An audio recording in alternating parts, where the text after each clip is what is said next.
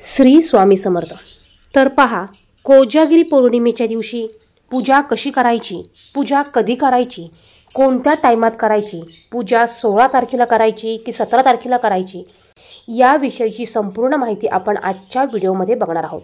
त्याचप्रमाणे चंद्राला दूध दाखवल्यानंतर कोणता मंत्र म्हणायचा, पूजा कधी उचलायची, सेवा कोणत्या कोणत्या करायच्या आणि कोणत्या वेळेत करायच्या, याविषयीची संपूर्ण डिटेल्स माहिती आपण आजच्या व्हिडिओमध्ये बघणार आहोत। तो व्हिडिओ कुठेही स्किप न करता संपूर्ण बघा। कमेंट बॉक्समध्ये श्री स्वामी समर्थ नक्की लिहा। 2024 मध्ये कोजागिरी पौर्णिमा ही 16 तारखेला बुधवारी साजरी केली जाणार आहे। 16 तारखेला पौर्णिमा ही दुपारी लागत असून ही पौर्णिमा तिथी 17 तारखेला संपत आहे आणि ज्या वेळेत पौर्णिमा तिथी असते त्या वेळेत आपण ही रात्री पूजा करत असतो।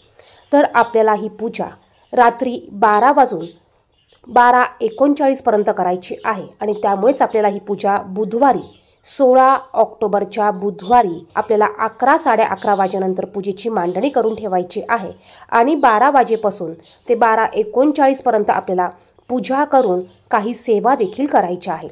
वर्षभरात येणाऱ्या एकूण 12 पौर्णिमेपैकी सर्वात मोठी पौर्णिमा म्हणजे कोजागिरी पौर्णिमा। या दिवशी रात्री माता लक्ष्मीची पूजा करून चंद्रप्रकाशात खीर ठेवण्याची पद्धत आहे।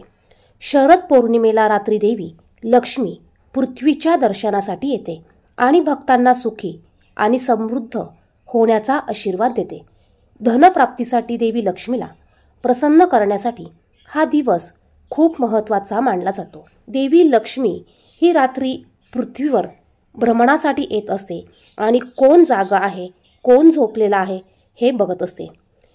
जे जागे असतात त्यांना ती भरभरून आशीर्वाद देत असते आणि जे झोपलेले असतात त्यांच्यावर ती नाराज होत असते।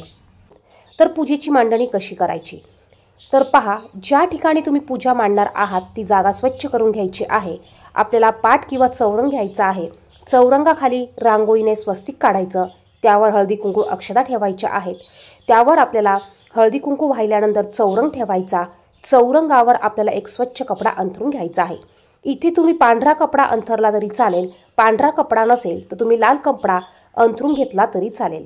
आपल्याला या दिवशी इंद्रदेवाची, माता लक्ष्मीची, त्याचप्रमाणे गणपती बाप्पांची, कुबेर देवताची आणि चंद्रदेवाची पूजा करायची असते।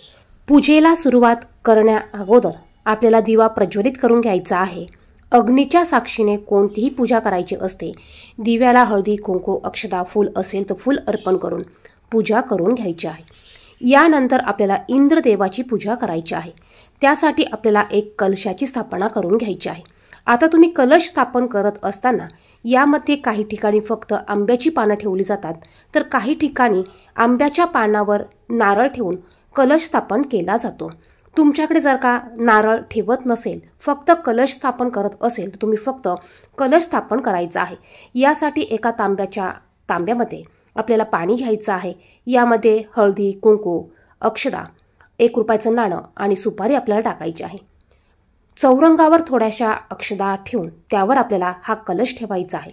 या कलशामध्ये आपल्याला आंब्याची पानं टाकायची आहे। कलशावर आपल्याला कुंकू ओलं करून एक स्वस्तिक काढायचा आहे। स्वस्तिकच्या मध्ये 4 बिंदू द्यायचे, बाजूने 2 उभ्या रेषा द्यायच्या। त्याचप्रमाणे आपल्याला 5 उभ्या कुंकवाच्या रेषा देखील द्यायच्या आहेत। यानंतर आपल्याला गणपती बाप्पांची स्थापना करायची आहे। जर का तुमच्याकडे गणपती बाप्पांची मूर्ती असेल तर तुम्ही गणपती बाप्पांची मूर्ती घ्या।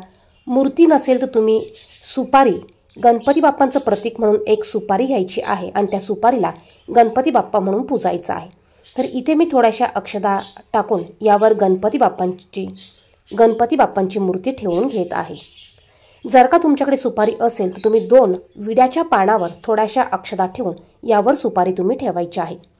यानंतर आपल्याला लक्ष्मी देवीची आणि कुबेर देवाची पूजा करायची आहे। तर बघा, आपण कलश इंद्रदेवाचा म्हणून कलशाची स्थापना केली। आपल्याला 2 विड्याची पानं घ्यायची आहे। एकावर एक 2 विड्याची पानं घ्यायची।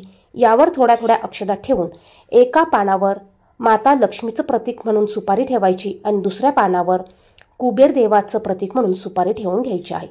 आता आपल्याला मधोमध थोड्याशा अक्षता ठेवून याचा गोल तयार करून घ्यायचा आहे, म्हणजेच आपल्याला चंद्रदेवाचं प्रतीक काढून घ्यायचं आहे। तर इथे मी चंद्रदेवाचं प्रतीक देखील काढून घेतलं आहे. आता आपल्याला या मांडलेल्या पूजेची बरोबर 12 वाजता पूजा करायला घ्यायची आहे. आपण सर्व देवांना हळदी कुंकू अक्षदा अर्पण करून फूल अर्पण करायचं आहे. गणपती बाप्पांना हळदी कुंकू अक्षदा अर्पण करा, फूल अर्पण करायचं आहे. आता आपण ज्या देवांची पूजा करत आहोत त्यावेळेस आपल्याला त्या देवांचा मंत्र म्हणायचा आहे. इंद्रदेवाची पूजा करत असताना ओम इंद्रदेवताय नमः हा मंत्र म्हणायचा आहे. गणपती बाप्पांची पूजा करताना वक्रतुंड महाकाय सूर्यकोटी समप्रभ निर्विघ्नं कुरु मे देव सर्व कार्येषु सर्वदा हा मंत्र म्हणायचा. गणपती बाप्पांची पूजा झाल्यावर माता लक्ष्मीची पूजा करायची. माता लक्ष्मीची पूजा करताना हळदी कुंकू लाल फूल आवर्जून अर्पण करायचं आहे. माता लक्ष्मीचा कोणताही मंत्र तुम्हाला म्हणायचा आहे. यानंतर आपल्याला कुबेर देवताची पूजा करायची आहे. कुबेर देवताची पूजा करताना ओम कुबेराय नमः हा मंत्र आपल्याला म्हणायचा आहे. यानंतर चंद्रदेवाची पूजा हळदी कुंकू अक्षदा अर्पण करून घ्यायची आहे. ओम चंद्रदेवताय नमः हा मंत्र म्हणायचा आहे आणि पांढरं फूल आपल्याला अर्पण करायचं आहे. तर या पद्धतीने आपल्याला ही सर्व पूजा करून घ्यायची आहे. यानंतर जर का तुमच्याकडे श्रीयंत्र असेल तर तुम्ही माता लक्ष्मीसमोर श्रीयंत्र ठेवायचं आहे. कुबेर यंत्र असेल तर कुबेर देवतासमोर तुम्ही कुबेर यंत्र ठेवायचं आहे. जर का तुमच्याकडे माता लक्ष्मी कुबेर देवता यांची मूर्ती असेल तर तुम्ही मूर्ती ठेवून त्यांची पूजा करू शकतात. यानंतर सर्व पूजेला आपल्याला धूप दीप अगरबत्ती याने ओवाळून घ्यायचं आहे. तर ही पूजा आपल्याला 12 वाजता सुरू करायची आहे आणि पूजा झाल्यानंतर आपल्याला काही सेवा करायची आहे. स्वामी समर्थ केंद्रात काही सेवा सांगितलेल्या आहेत. या सेवा आपल्याला करायच्या असतात. यानंतर आपल्याला या पूजेला नैवेद्य ठेवायचा आहे. आता हा नैवेद्य आपल्याला दुधाचाच ठेवायचा आहे.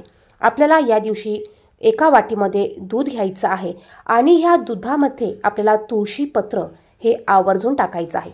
आता तुम्ही तुळशीपत्र हे दुपारीच तोडून ठेवू शकतात आणि हे तुळशीपत्र ह्या दुधामध्ये टाकून आपल्याला नैवेद्य दाखवायचा आहे. नैवेद्य दाखवताना आपल्याला एक मंत्र म्हणायचा आहे. ऋण रोगादी दारिद्र्य अपमृत्यू भय शोक मनस्ताप नाशयंतु मम सर्वदा हा मंत्र आपल्याला म्हणायचा आहे. हा मंत्र तुम्हाला डिस्क्रिप्शन बॉक्समध्ये मी देते, तेथे जाऊन तुम्ही हा मंत्र पाहू शकतात. तर या पद्धतीने आपल्याला ही पूजा मांडणी करायची आहे, पूजा करायची आहे. यानंतर आपल्याला काही सेवा करायच्या आहेत. आपल्याला 11 माळी श्री स्वामी समर्थ या मंत्राचा जप करायचा आहे.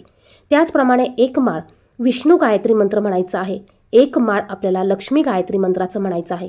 1 माळ आपल्याला कुबेर मंत्राची 1 माळ आपल्याला करायची आहे. 1 वेळा श्री सुक्तम पठण करायचं आहे.